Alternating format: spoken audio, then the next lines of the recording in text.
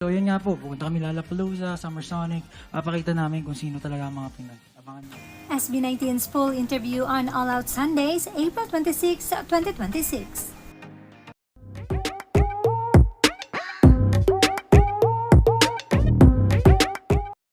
Todo talaga ang P-Pop Kings! Grabe. SB19!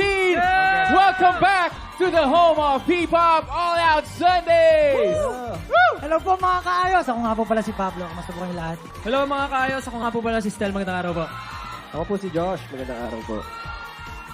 Ako po si Justin. At ako naman po si Ken. We are SB19!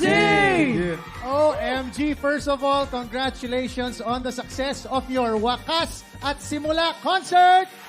Grabe, last April 18. Grabe talaga. Ay, yung mga 18 na dala, If there's one thing na laging consistent sa mga concert nyo, laging epic talaga ito. Ito na. For your first question, paano nyo ba nabuo ang ganong kalaking konsepto? Tell us about it. Originally po, 3 EP lang po talaga yung gusto namin ilabas. Yun po yung pagsibol, pagtatag, at simula at wakas. Pero ayaw po namin tapusin sa tuldok yung journey po namin kasama yung 18. Yes. So, gumawa po kami ng panibagong album at pinamagatang itong Wakas at Simula. Kasi every time namin natatapos, laging may bago nagsisimula. Amen. That's right.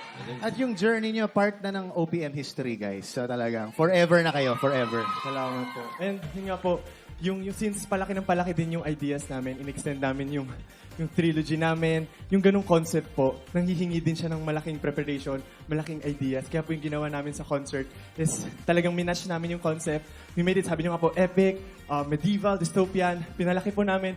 And also with a bigger venue kasi po, yun yung hinihingi ng 18, yun yung hinihiling nila.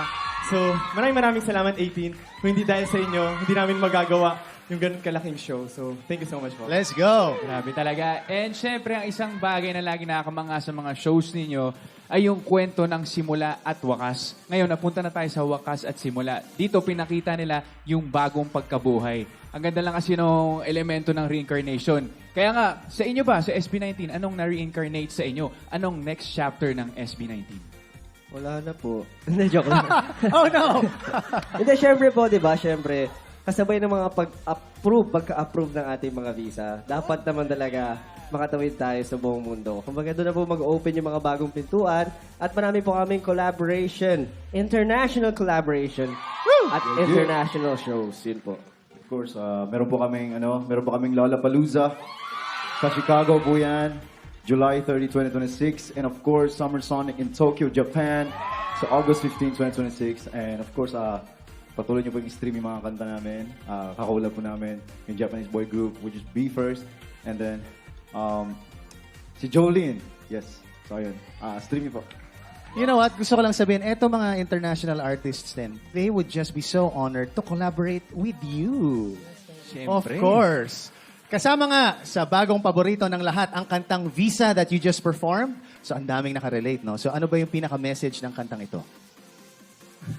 Sabi niya wala daw. Hindi, I think more than the story po, I think it's about yung totoong nangyayari po, hindi lang sa amin eh. Kasi totoo lang po nabuo talaga to dahil din sa past experience po namin during our tours. Parang may mga problems na hindi naman natin inaasahan and ayaw po namin mangyari yun. Na gusto rin namin somehow makarelate yung mga tao. I know, hindi lang kami. I mean, pati yung mga manonood natin, yung mga kaayos. May mga experiences sila na hindi naman nila ginusto pero nangyayari. So we just want to connect and people to parang makarelate din talaga sa kanta ng Visa. Kasi nga, it's all about the hardships and yung mga bagay na nangyayari ng biglaan na hindi natin inaasahan.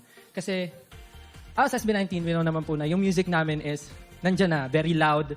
But when you examine it, yung parang pag pinakinggan nyo, talagang deep yung meaning. Pero with that kind of sound, gusto namin siyang maparating sa audience and casuals. So I think nag-work siya that way. And with that, we're very happy na maganda yung reactions ng tao with our song. And yun, thankful po kami sa inyo lahat na hanggang ngayon tuloy po sa pagsuporta sa amin. And ayun nga, pagpatuloy din natin po yung usapan about sa ganong klaseng nangyayari. I'm sure hindi lang po kami. Thank you for lending your voice for every Filipino. Siyempre, ganyan na talaga karami ang visa application experience nila dahil nalibot na nila ang mundo sa kakatour. Ang tanong ngayon ng 18, anong sunod pagkatapos ng wakas at simula? Ever since naman yung pinag-champion ng grupo namin, talagang Filipino music, makilala all over the world. Not just Filipino music, but our whole culture. Through music, magbukas ng doors para makilala pa nila kung ano yung yaman ng Pilipinas talaga. Kasi doon naman yun kapag na-invite natin, or yung tourism, lumaki, gumanda dito sa Pilipinas, everything, lahat ng departments makikinabang. Even mga tao, mga businesses makikinabang. So, yun po talaga gusto namin mangyari. Pag tumakbo, maboto ko to eh. Kaya ba talaga every time na may ginagawa kami, hindi namin tinitipid kasi pangit man tipirin mo, di ba? Kung gusto mo talaga ipakita kung anong kaya ng mga Pinoy.